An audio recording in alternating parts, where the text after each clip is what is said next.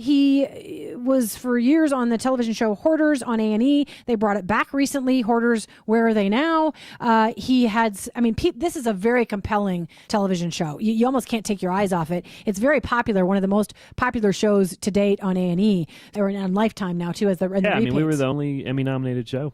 Only 2 shows that have been nominated on A&E, and we were one of them. And Poop and Dead Cats and everything. And I got nominated for an Emmy and got fired in the same year. That is awesome. Good for you. It's Channel Mom with Jenny Dean Schmidt. We're here for you. And they always said, my grandpa specifically said, you focus on the work no one wants to do, and you'll never be without work.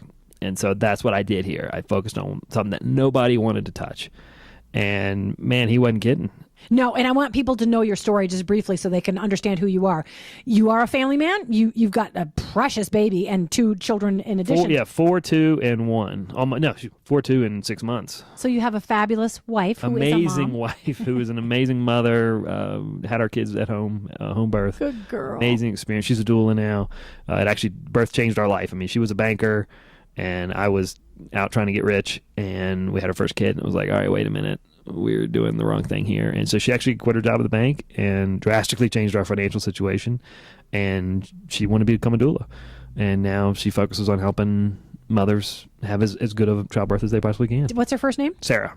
Please tell Sarah that I am honored to know her through you because I used a doula. You did? Yeah. Yes, it's amazing. Amazing. They are amazing in helping you in birth. And also please tell her to please start listening to Channel Mom because she's a woman after my own heart. You hear the intro to my show. Yeah. We're taught to focus on all kinds of things in this world. And once you have those babies, you should be allowed to say, okay, hold the phone.